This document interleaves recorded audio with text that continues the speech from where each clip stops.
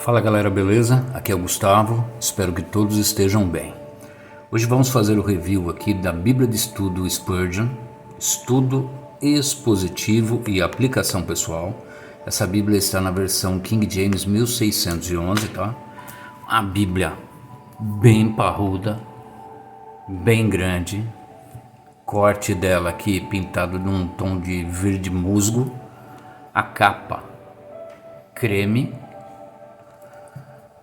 Aqui a gente tem a lombada dela, tá? Assinatura do Charles Spurgeon, versão King James 1611. Essa Bíblia é da BV Books. Aqui a gente tem a quarta capa dela, tá? A história, ó. Charles Haddon Spurgeon nasceu em 19 de junho de 1834, 10 dias após a morte do grande William Carey. Spurgeon sempre foi um enigma intelectualmente. Ele poderia Ele poderia parecer desaprendido quando, na realidade, tinha um grande intelecto. Como muitos jovens de sua época, lutou sobre seu relacionamento com Deus por vários anos. Depois de algum tempo procurando e fugindo alternadamente, o Deus, que já havia começado com um garoto de 16 anos, levou Charles a um encontro que ele nunca esqueceu. Então essa Bíblia aqui, ó, ela tem a biografia do Spurgeon, os últimos sermões, citações de Spurgeon, ilustrações, esboços e fotos dos últimos sermões, prefácio, notas de estudo expositivo e aplicação pessoal, projeto de identificação de cor nas palavras de Deus, Jesus e do Espírito Santo, ou seja, todas as palavras de Deus, Jesus e Espírito Santo estão com destaque em vermelho, tá?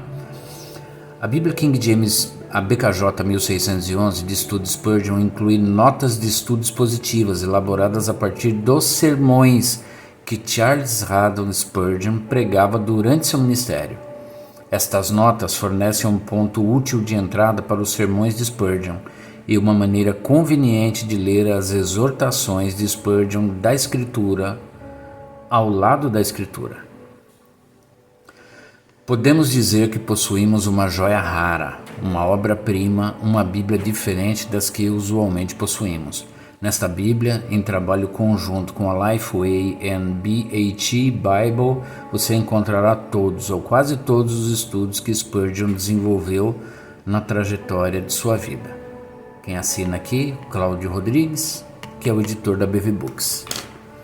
Então aqui a gente tem o ISBN, deixa eu levantar um pouquinho para que ele seja mais visível, código de barras, BV Books, tá aqui. Vamos abrir ela. Então, ó, a Bíblia com dois fitilhos, um preto e um dourado.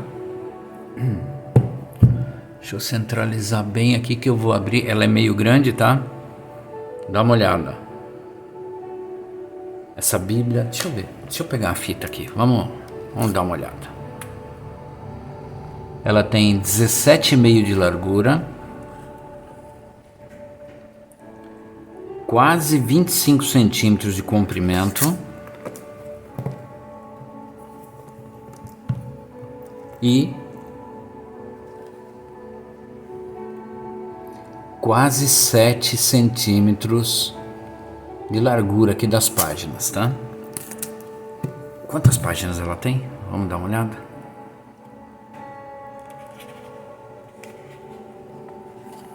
— 2067. Aqui já não conta como página da Bíblia, aqui são propagandas da própria BV Books. Então até aqui é a Bíblia. 2071, 72, 73. 2073 páginas essa Bíblia tem. Ela é muito grossa, bem grossa mesmo. A mais grossa que eu tenho aqui em casa. Vamos lá. Abrindo ela, a gente tem aqui a folha de guarda em papel cartão, verde musgo, como pintado ali no corte das páginas, tá? Papel cartão grossão. Uma página em branco. Uma página de rosto, a página de rosto completa, BKJ 1611, Spurgeon, Ficha catalográfica aqui do lado esquerdo. O prefácio, né? O índice dela. Do lado direito, Antigo Testamento, Novo Testamento, aí o material adicional, prefácio, biografia, projeto de identificação das cores em vermelho, que é o que já foi falado lá na quarta capa, últimos esboços dos sermões, frases de Spurgeon, notas de estudo expositivo, ilustrações, notas do editor, sermões, agradecimento, linha do tempo da vida de Charles Spurgeon, que é aquela que eu acabei de olhar lá no fundo, é a linha do tempo da vida dele. Material de apoio de outras versões bíblicas de estudo, que são as propagandas, livros Os Últimos Sermões Perdidos de Charles Spurgeon. Então essas duas aqui são propagandas da BV Books com relação a próximos lançamentos ou alguma coisa que já tenha sido lançado por eles. Então aqui a gente tem o prefácio. Charles Spurgeon, isso em Nashville, USA. Charles Spurgeon, lendário pastor londrino do século XIX, era um grande sucesso de publicações e pregações. Ele pregou para mais de 10 milhões de pessoas e batizou mais de 14 mil crentes. Mais de 50 milhões de cópias de seus sermões foram vendidos. Os leitores de Spurgeon o apelidaram de o Príncipe dos Pregadores. Então aqui a gente está dando uma olhada na Bíblia do Príncipe dos Pregadores. O próprio convite para orar implica que há bênçãos esperando por nós no propiciatório. Charles Haddon Spurgeon, a assinaturinha dele aqui, uma imagem, aqui a biografia de Charles Haddon Spurgeon, muita coisa para ser lida aqui, e continua. Para o homem que viveu sua vida ao of grace, essa resposta teria sido realmente muito satisfatória. Como explica Spurgeon, a resposta é Deus. Essa imagem aqui é de algum lugar que ele pregou, né? Que ele está bem ao centro aqui, uma igreja bem grande. Vamos lá, vamos seguindo. Ó, aqui tem o projeto de identificação das palavras em vermelho, que é Deus, Jesus e Espírito Santo. Critério para a edição em vermelho. Nós acreditamos que toda a Bíblia seja inspirada na palavra de Deus. A decisão de marcar certas passagens em vermelho enfatiza os momentos em que Deus falava como Pai, Filho ou Espírito Santo. Isso inclui os casos em que figuras bíblicas ou autores repetiram palavras que acreditavam ser citações de Deus. Por isso, merecem atenção especial. Por exemplo, isso acontecia frequentemente quando os profetas terminavam suas declarações com frases como diz o Senhor. A maioria das versões bíblicas utiliza aspas ou meios similares para separar tais citações. Em algumas versões de Bíblias encontramos somente as palavras de Jesus em vermelho. Isso é mais normal realmente, né? Seguindo aqui, a gente tem a inserção de pílculos, tá? Esses pílculos são esse símbolozinho aqui, ó. Eles informam quando é um parágrafo. Eu já vou demonstrar quando eu chegar na palavra em si. Agora concentrei todas as minhas orações em uma só. E a oração é esta: que eu possa morrer para mim mesmo e viver totalmente para Ele. Últimos esboços. Todos os esboços que tem aqui na Bíblia tá aqui, então, ó. Vamos ver um aqui. Na página 8, logo no comecinho, a primeira promessa. Vamos dar uma olhada aqui. Página 5, página 7. Aqui, ó. Olha que legal. Aqui a gente tem o manuscrito do esboço, tá? Uma letra complicada de enxergar, ainda mais que é em inglês, tá? Mas de qualquer forma está transcrito para cá. É o sermão 59 em Gênesis 3,15, a primeira promessa. E colocarei inimizade entre ti e a mulher, e entre a tua semente e a sua semente. Ela ferirá a tua cabeça, e tu lhe ferirás o calcanhar. Esta é uma promessa muito gloriosa, a primeira e única até o tempo de Abraão. Vamos observar. Aí tem, né, os tópicos aqui, ó, a ocasião em que foi feita, fazendo algumas observações sobre os versos precedentes, né, os personagens mencionados, aí Jesus e seus eleitos, a semente da mulher, todos os que creem e participam do Espírito de Jesus, Satanás e os ímpios que são semelhantes a ele, escarnecedores, pecadores, hipócritas, rejeitadores do Evangelho. Entre essas duas partes há um conflito. Aí na tentação, sofrimento e morte de Jesus. 2, na perseguição do povo de Deus. 3, na luta de coração de cada cristão. Ferir o calcanhar é doloroso, torna o caminho difícil, mas não é fatal. Angústia, mas não morte. E por aí vai, gente.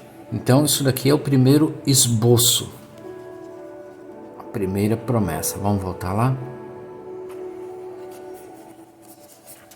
Aqui, os últimos esboços, notas de estudo expositivo, frases do Spurgeon, ilustrações da BKJ 1611, sermões. Tem sermão inteiro aqui também. O sermão do Palácio do Cristal. Daniel, qual que está mais perto? É a 1308. Vamos dar uma olhada lá?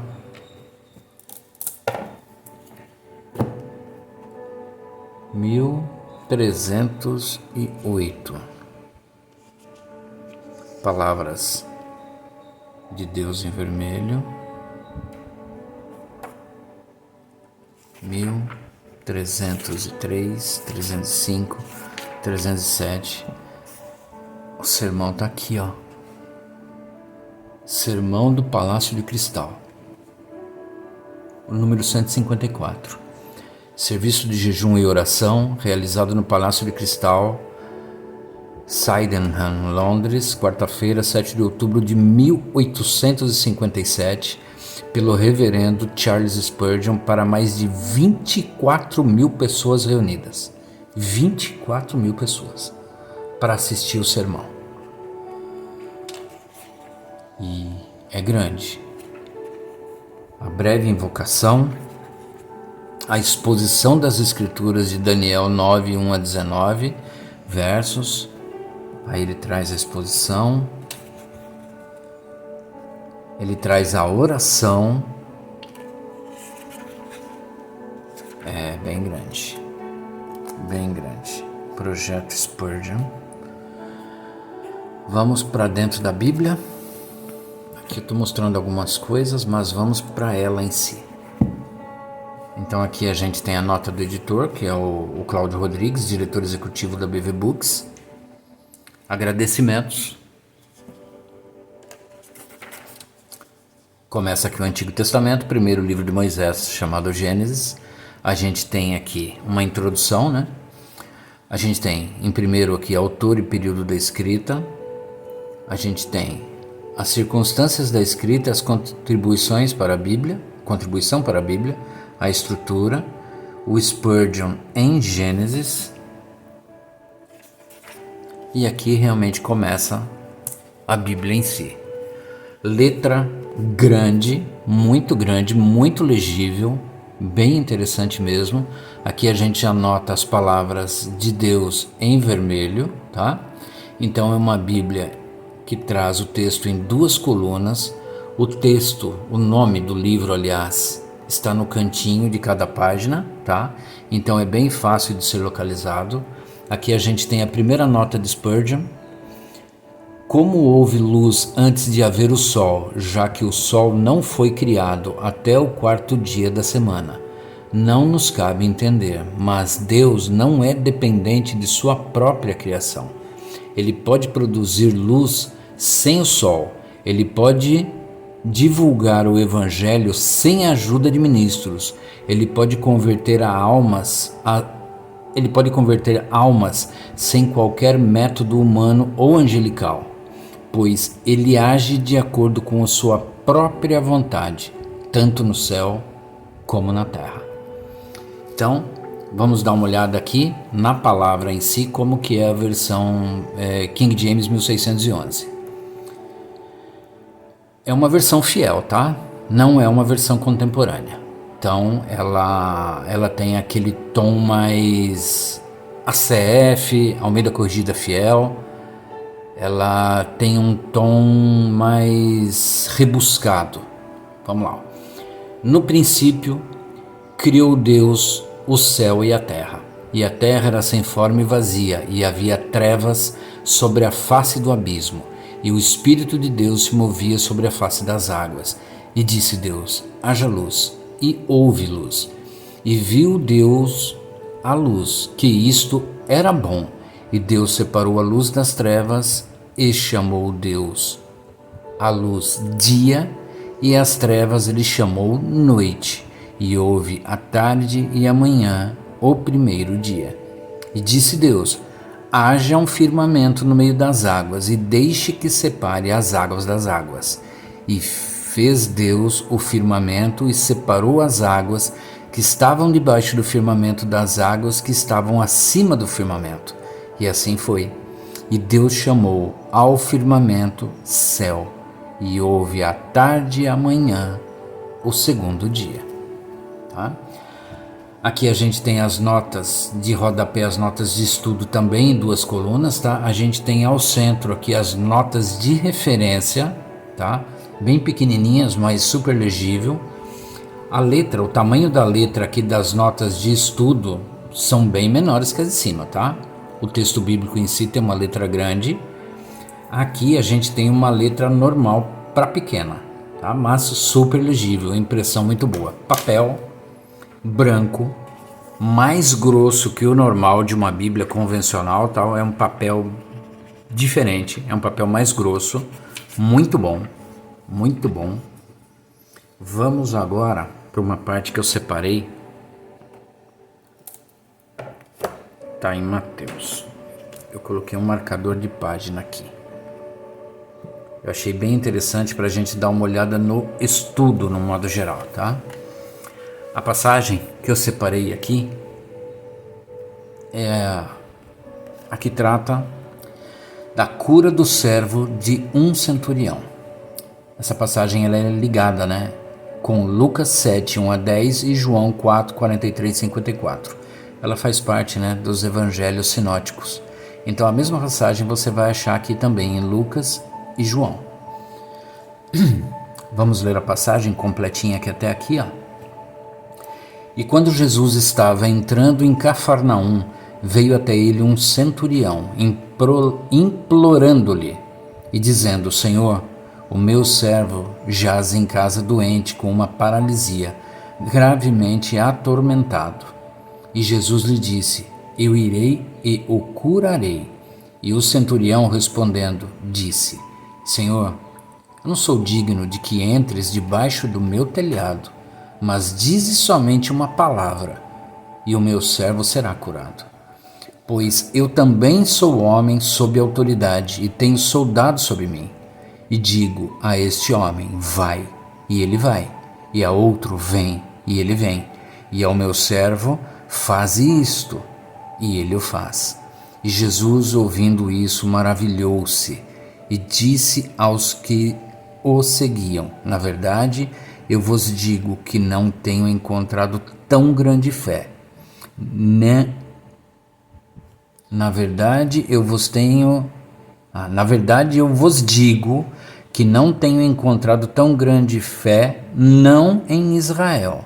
E eu vos digo que muitos virão do Oriente e do Ocidente, e sentarão com Abraão, Isaque e Jacó no reino do céu.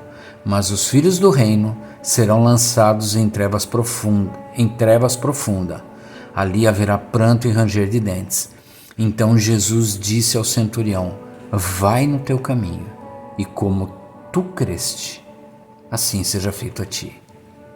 E o seu servo foi curado naquela mesma hora. Então, eu vou pegar esta parte do versículo 11 até o 13. Então é esta parte aqui do estudo que eu achei muito interessante. Deixa eu ver aqui essa daqui. Eu vou ler daqui para frente, ó. Do 8. Aqui, ó. Que o centurião respondendo disse: Senhor, eu não sou digno que entres debaixo do meu telhado.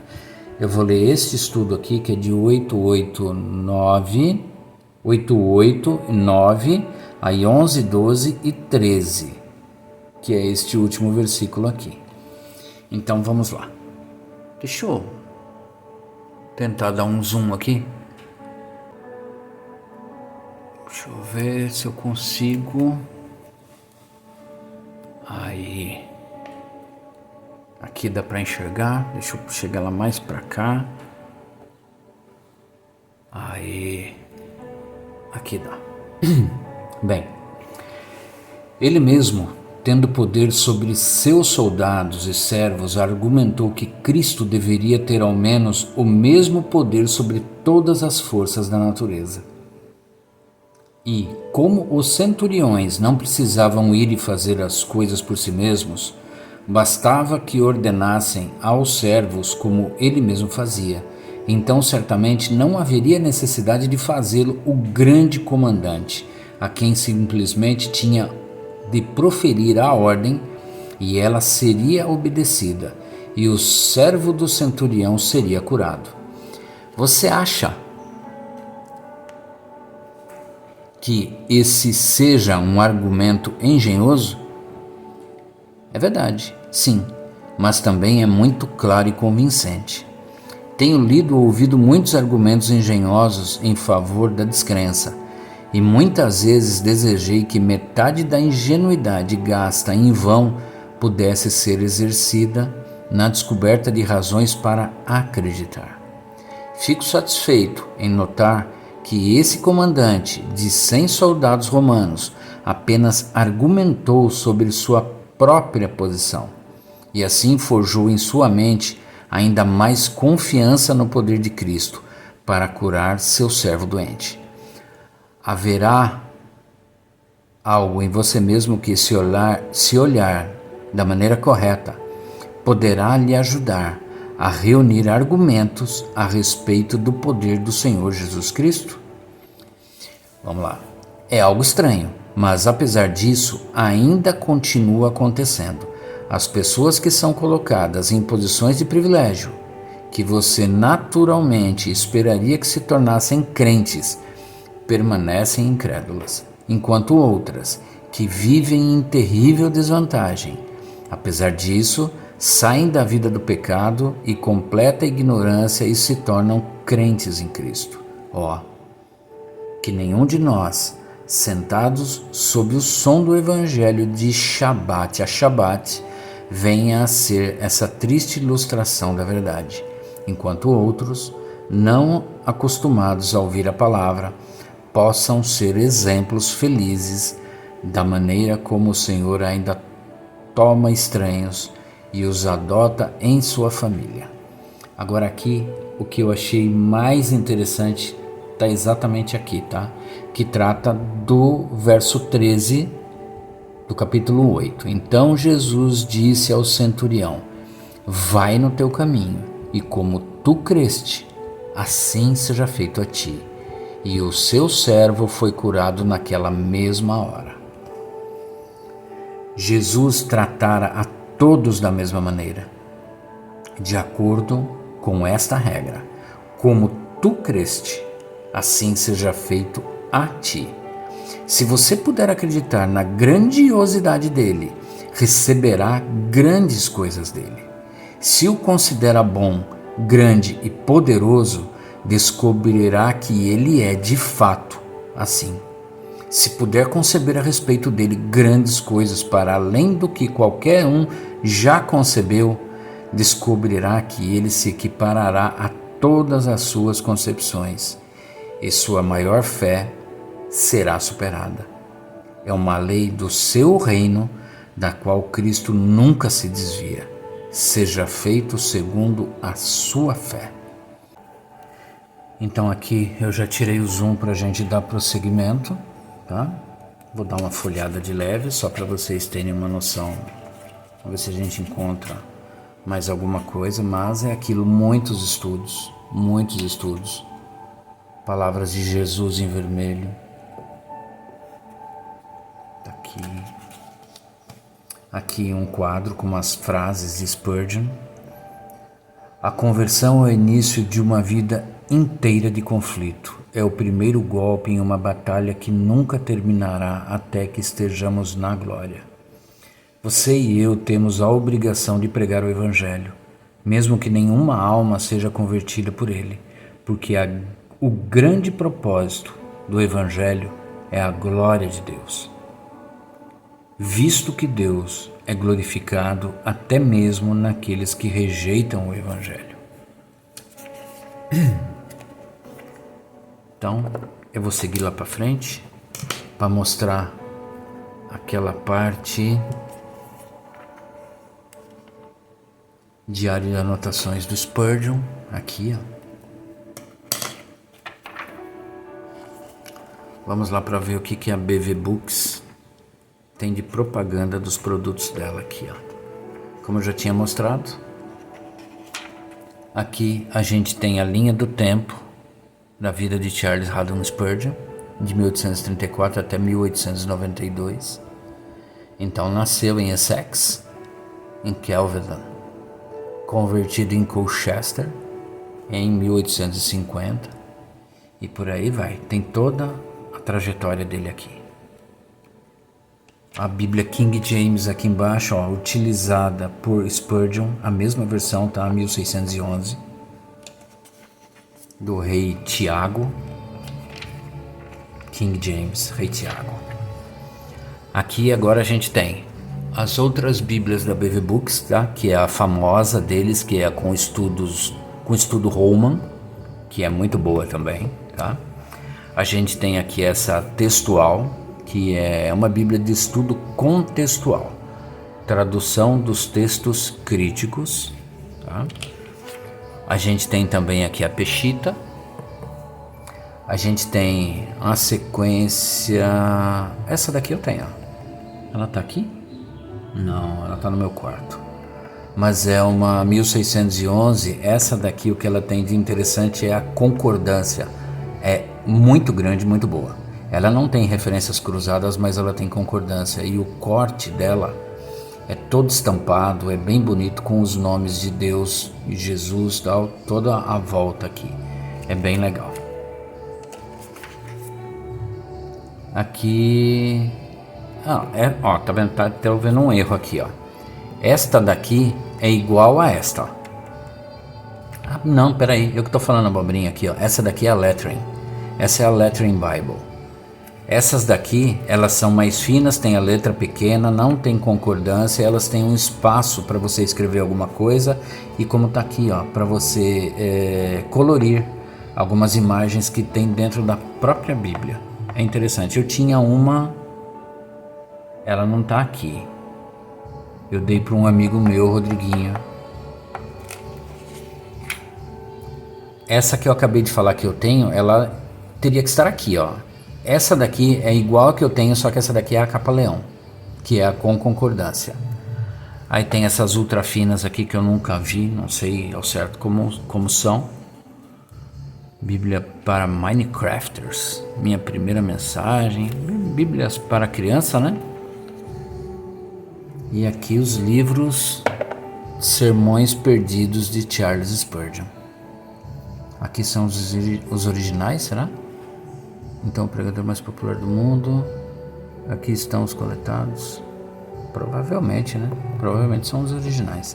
E aqui os livros lançados pela BV Books com os Sermões Perdidos de Spurgeon.